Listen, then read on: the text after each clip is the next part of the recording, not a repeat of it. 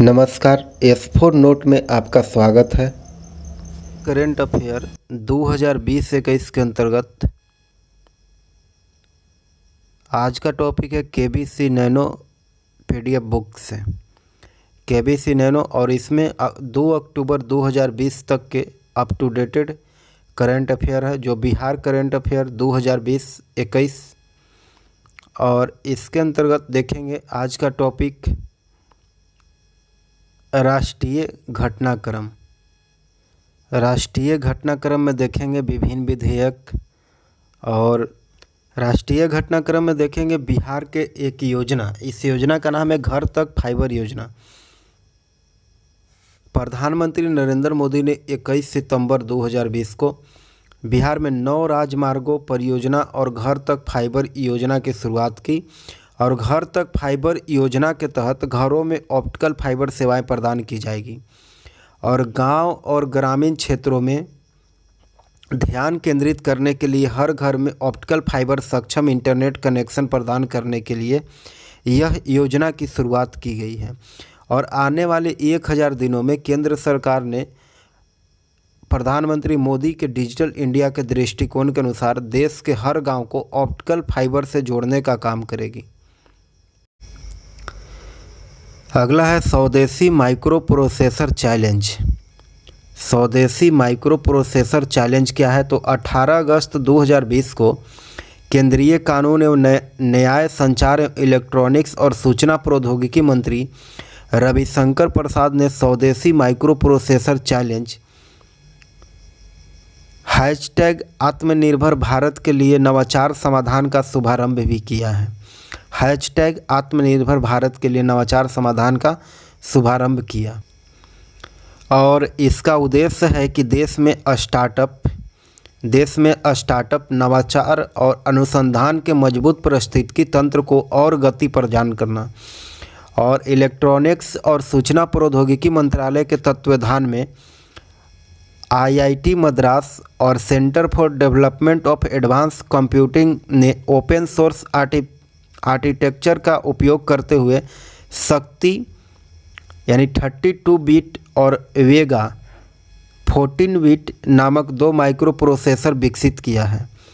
और इन माइक्रो प्रोसेसरों का उपयोग करते हुए विभिन्न टेक्नोलॉजी उत्पादों को विकसित करने हेतु स्वदेशी माइक्रो प्रोसेसर चैलेंज हैशटैग आत्मनिर्भर भारत के लिए नवाचार समाधान के तहत नवोन्मेषी स्टार्टअप और छात्रों को आमंत्रित किया गया है। और स्वदेशी माइक्रो प्रोसेसर चैलेंज इलेक्ट्रॉनिक्स और सूचना प्रौद्योगिकी मंत्रालय के द्वारा देश भर में नवाचार पारिस्थितिकी तंत्र को बढ़ावा देने और डिजिटल प्रौद्योगिकी अपनाने के संदर्भ में अग्रणी रहने हेतु सक्रिय पूर्व निर्धारित और श्रेणीबद्ध उपायों का श्रृंखला का हिस्सा है। और इस चैलेंज की अवधि 10 महीने यानी 18 अगस्त से लेकर के जून 2021 तक है। आगे देखेंगे रेलवे सुरक्षा हेतु ड्रोन आधारित निगरानी प्रणाली।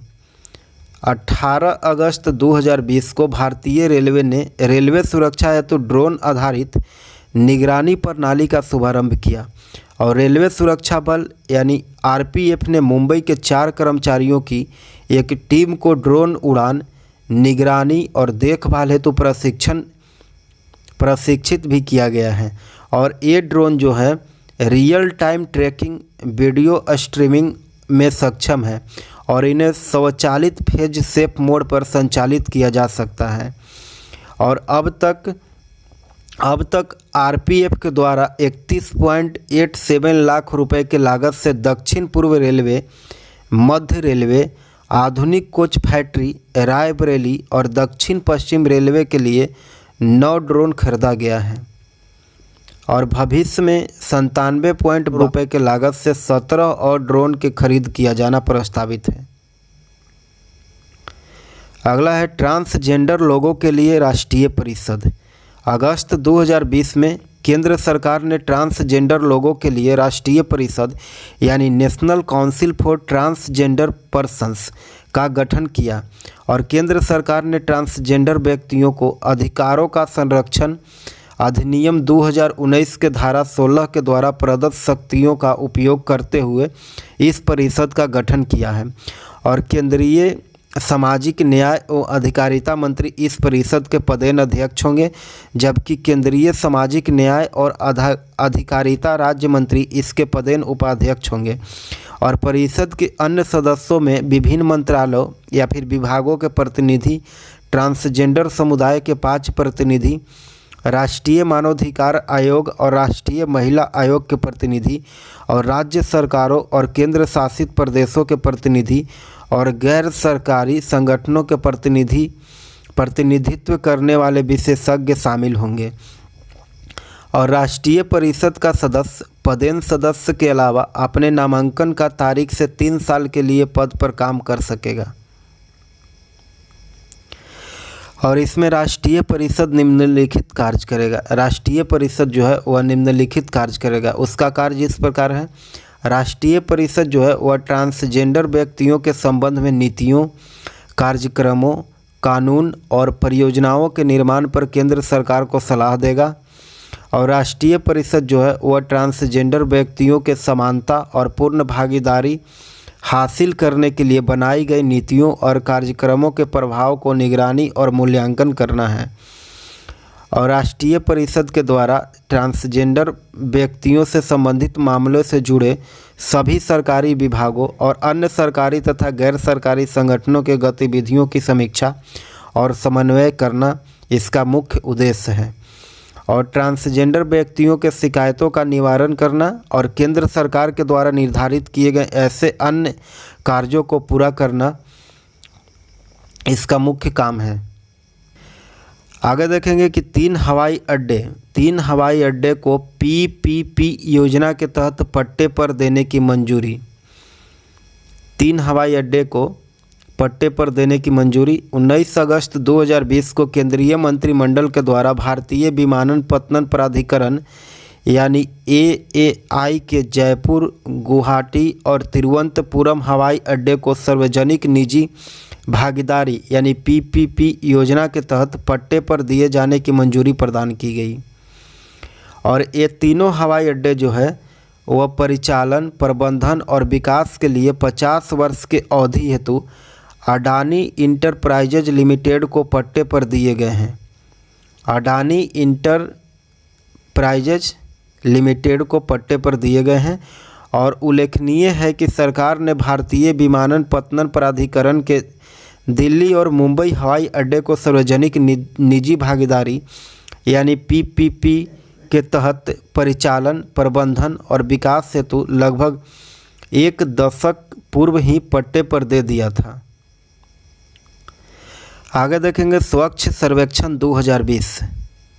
स्वच्छ सर्वेक्षण 2020 20 अगस्त 2020 को आवास एवं शहरी मामले के मंत्रालय के द्वारा किए गए वार्षिक स्वच्छता शहरी सर्वेक्षण का 5वां संस्करण स्वच्छ सर्वेक्षण 2020 के परिणाम स्वच्छ महोत्सव नामक एक वर्चुअल कार्यक्रम में घोषित किया गया। और स्वच्छ सर्वेक्षण 2020 के प्रमुख बात है 2020 स्वच्छ सर्वेक्षण की बातें इस प्रकार है कि यह विश्व का सबसे बड़ा स्वच्छता सर्वेक्षण है और इसमें राष्ट्रीय स्तर पर 10 लाख से अधिक की आबादी पर सर्वाधिक स्वच्छ शहर के शीर्ष पुरस्कार लगातार चौथी बार इंदौर जो मध्य प्रदेश में है उसको प्रदान किया गया। इंदौर शहर को सर्वाधिक स्वच्छ शहर का पुरस्कार प्रदान किया गया, वो भी चौथी बार।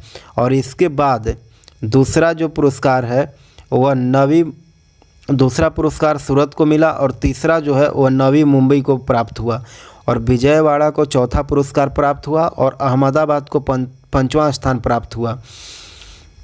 राजकोट को 6ठा, भोपाल को 7वां और चंडीगढ़ को 8वां स्थान प्राप्त रहा। और इसके अनुसार राष्ट्रीय स्तर पर शीर्ष 20 शहरों में शामिल उत्तर प्रदेश के प्रमुख शहरों के रैंकिंग इस प्रकार है। 20 शहरों में शामिल जो उत्तर प्रदेश है उसका रैंकिंग हो जाएगा। लखनऊ के 12वां स्थान प्राप्त हुआ और गाज़ियाबाद के 19वां और प्रयागराज के 20वां स्थान प्राप्त हुआ। और पटना इस श्रेणी के सूची में सबसे निचले पायदान पर रहा। और इसके अनुसार राष्ट्रीय स्तर पर 1 से 10 लाख तक की आबादी 1 से 10 लाख कर 10 लाख की आबादी में सबसे सर्वोच्च शीर्ष 5 शहर हैं। पहला है अंबिकापुर छत्तीसगढ़ में, और दूसरा मैसूर कर्नाटक में, और तीसरा नई दिल्ली एनडीएमसी दिल्ली में, और चंद्रपुर महाराष्ट्र में, और पांचवा है खारगोन, ये जो मध्य प्रदेश में है। आगे देखेंगे, यूनेस्को के द्वारा 2 तटीय गांवों को सुनामी रेडी मान्यता प्राप्त। सुनामी रेडी मान्यता प्राप्त 7 अगस्त 2020 को यूनेस्को ने अंतर सरकारी महासागरीय आयोग यानी IOC के द्वारा उड़ीसा राज्य के 2 तटीय गांवों, पहला है वेंकट रायपुर गंजाम जिला में, और नोलियाशाही यह जगत सिंहपुर जिला में है, को सुनामी रेडी प्रमाण पत्र प्रदान किया गया।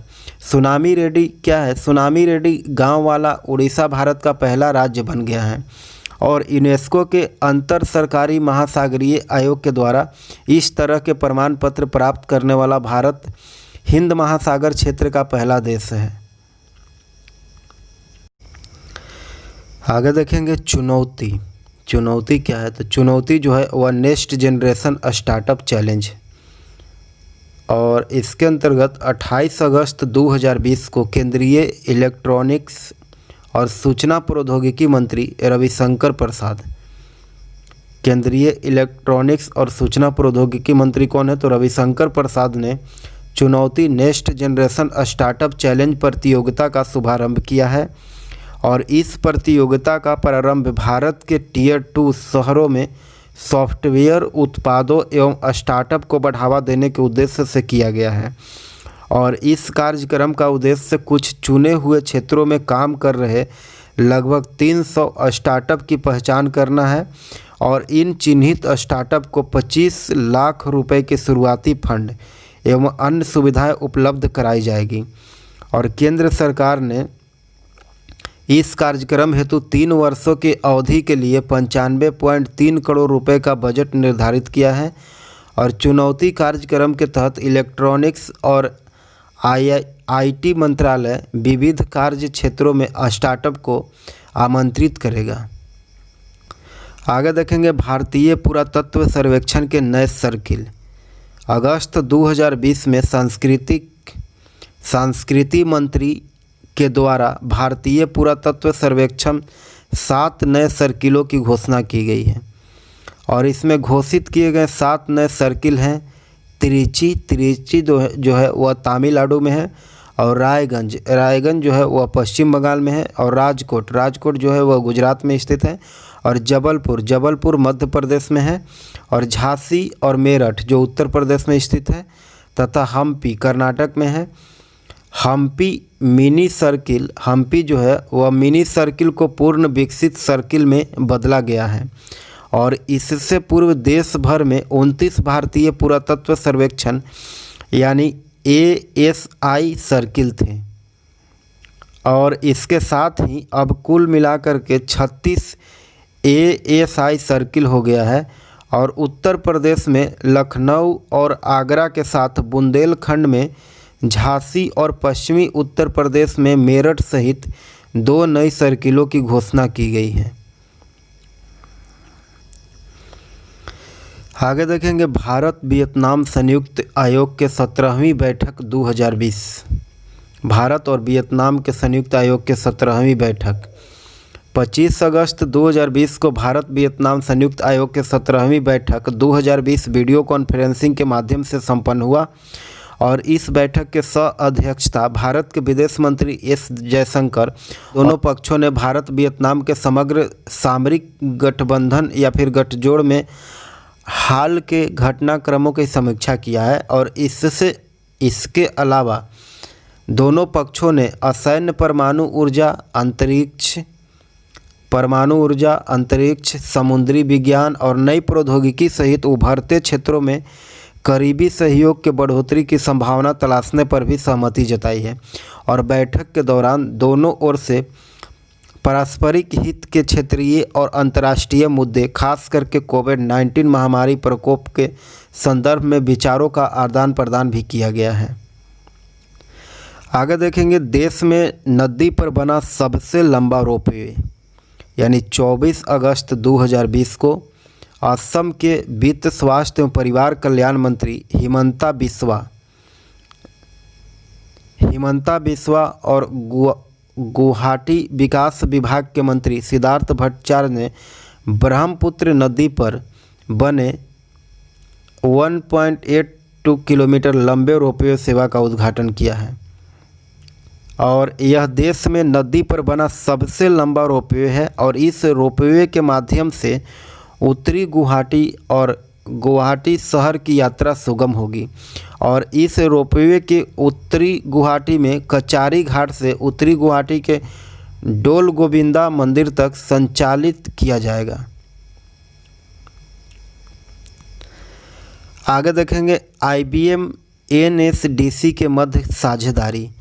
21 अगस्त 2020 को IBM ने भारत में शिक्षार्थियों के मुक्त डिजिटल कौशल प्रशिक्षण प्रदान करने हेतु राष्ट्रीय कौशल विकास निगम यानी NSDC के साथ साझेदारी किए जाने की घोषणा की और इस साझेदारी के तहत IBM अपने ओपन पीटेक मंच से ऑनलाइन पाठ्यक्रम तैयार करेगा और NSDC के ई-स्किल इंडिया पोर्टल के माध्यम से इसकी पेशकश की जाएगी और इस साझेदारी के तहत IBM ई-स्किल इंडिया पोर्टल पर 30 से अधिक ओपन पीटेक पाठ्यक्रमों को सूचीबद्ध करेगा जिसकी प्रशिक्षण अवधि 60 घंटे से अधिक होगी और इस पहल के तहत 18 से 22 वर्ष के आयु के युवाओं को साइबर सुरक्षा, ब्लॉकचेन, आर्टिफिशियल इंटेलिजेंस और machine learning, cloud, internet of things जैसी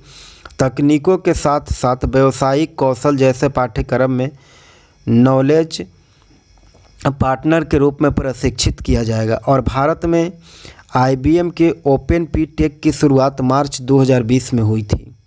आगे देखेंगे राइज 2020 शिखर सम्मेलन। 5 से लेकर के 9 अक्टूबर 2020 के मध्य केंद्रीय इलेक्ट्रॉनिक्स एवं सूचना प्रौद्योगिकी मंत्रालय और नीति आयोग के द्वारा कृत्रिम बुद्धिमत्ता पर मेगा वर्चुअल सम्मेलन यानी RAISE 2020 सामाजिक सशक्तिकरण के लिए उत्तरदायी आर्टिफिशियल इंटेलिजेंस का आयोजन किया जाएगा और इस सम्मेलन में स्वास्थ्य, कृषि, शिक्षा एवं स्मार्ट मोबिलिटी जैसे अन्य क्षेत्रों पर सामाजिक परिवर्तन, समावेश एवं सशक्तिकरण हेतु आर्टिफिशियल इंटेलिजेंस का उपयोग करने के लिए विचारों का आदान प्रदान किया जाएगा और इस शिखर सम्मेलन में यानी राइज 2020 शिखर सम्मेलन में दुनिया भर से आर्टिफिशियल इंटेलिजेंस पर शोध, नीति एवं नवाचार से संबंधित प्रतिनिधि एवं विशेषज्ञ शामिल होंगे। आगे देखेंगे देश की दूसरी किसान रेल। 9 सितंबर 2020 को देश की दूसरी किसान दक्षिण भारत की पहली किसान रेल को हरी झंडी दिखा करके रवाना किया गया। देश की दूसरी व दक्षिण भारत की पहली किसान रेल को हरी झंडी दिखा करके रवाना किया गया और यह रेल आंध्र प्रदेश के अनंतपुर से आदर्श नगर रेलवे स्टेशन दिल्ली के मध्य परिचालित होगी और इस रेल के माध्यम से कृषि उत्पादों की ढुलाई की जाएगी और 7 अगस्त 2020 से पहली किसान रेल गाड़ी महाराष्ट्र के देवलाली और बिहार के दानापुर रेलवे स्टेशन के मध्य संचालित की जा रही है। आगे देखेंगे महिला अधिकारी भारतीय नौसेना की हेलीकॉप्टर स्ट्रीम में शामिल होगी। भारतीय नौसेना के इतिहास में पहली बार भारतीय नौसेना के हेलीकॉप्टर स्ट्रीम में 2 महिला अधिकारियों को ऑब्जर्वर टिसियन के रूप में शामिल होने के लिए चुना गया है और चयनित महिला अधिकारी युद्ध पोतों से कार्य करने वाली पहली महिला होगी। यह 2 महिला अधिकारी है सब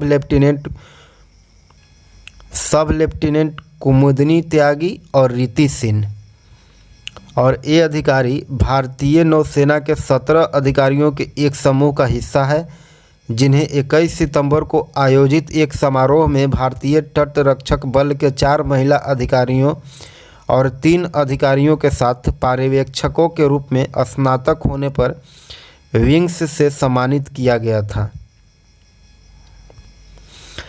आगे देखेंगे आसियान भारत मंत्रिमंडलीय बैठक 2020। 12 सितंबर 2020 को आसियान भारत मंत्रिमंडलीय बैठक 2020 वीडियो कॉन्फ्रेंसिंग के माध्यम से संपन्न हुआ और भारत के विदेश मंत्री डॉक्टर एस जयशंकर ने इस बैठक के सह-अध्यक्षता की और इस बैठक में थाईलैंड के उप प्रधानमंत्री तथा विदेश मंत्री डॉक्टर प्रमुद विनय भी शामिल थे और इस बैठक में आसियान के 10 सदस्य देशों के विदेश मंत्री भी शामिल हुए और बैठक में समुद्री सहयोग, संपर्क, शिक्षा एवं क्षमता निर्माण तथा लोगों से लोगों के बीच संपर्क सहित कई क्षेत्रों में आसियान भारत रणनीतिक साझेदारी की स्थिति की समीक्षा की गई और इसमें आसियान भारत कार्य योजना 2016-20 के क्रियान्वयन में प्रगति की समीक्षा की गई और बैठक में नई आसियान भारत कार्य योजना 2021 से 25 को अपनाया गया। आगे देखेंगे राज्य स्टार्टअप रैंकिंग 2019। राज्य स्टार्टअप रैंकिंग क्या है? तो 11 सितंबर 2020 को केंद्रीय वाणिज्य एवं उद्योग और रेल मंत्री पीयूष गोयल ने राज्य स्टार्टअप रैंकिंग 2019 का दूसरा संस्करण जारी किया है।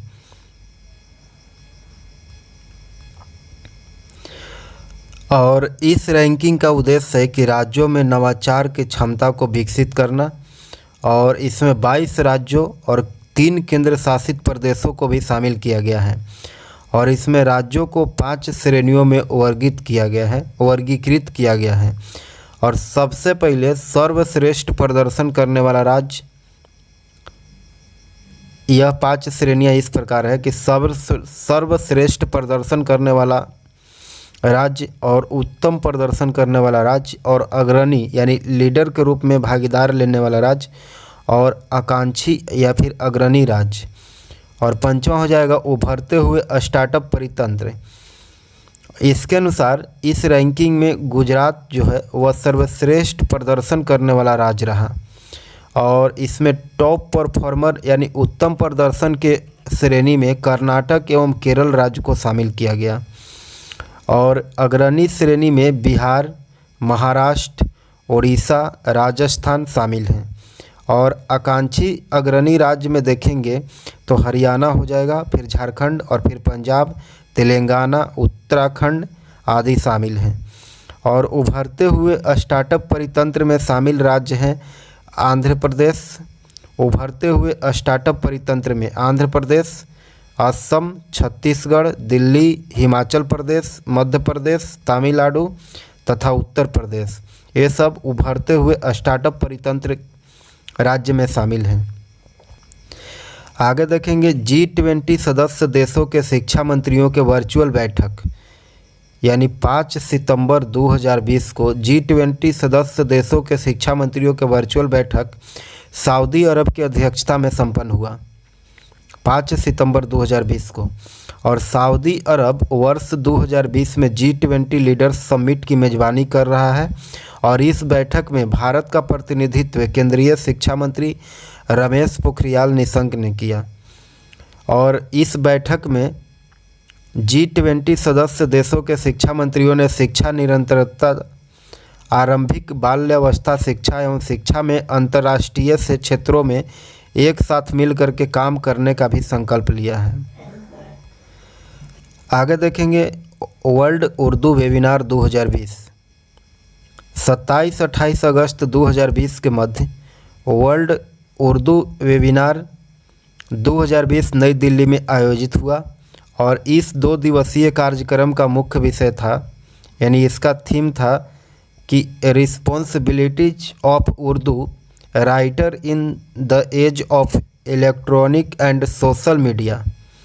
और इसका आयोजन राष्ट्रीय उर्दू भाषा विकास परिषद यानी NCPUL के द्वारा किया गया और केंद्रीय शिक्षा मंत्री रमेश पोखरियाल निशंक ने इस वेबिनार का उद्घाटन किया था। और राष्ट्रीय उर्दू भाषा विकास परिषद शिक्षा मंत्रालय भारत सरकार के माध्यमिक व उच्च माध्यमिक शिक्षा विभाग के अधीनस्थ एक स्वायत्त संस्था भी है और इसे उर्दू भाषा के विकास, प्रगति एवं प्रसार के लिए स्थापित किया गया था। आगे देखेंगे राष्ट्रीय भर्ती एजेंसी, यानी 19 अगस्त 2020 को केंद्रीय मंत्रिमंडल ने केंद्र सरकार के नौकरियों के लिए भर्ती प्रक्रिया में परिवर्तनकारी सुधार लाने के लिए राष्ट्रीय भर्ती एजेंसी यानी NRA के गठन को मंजूरी दी है।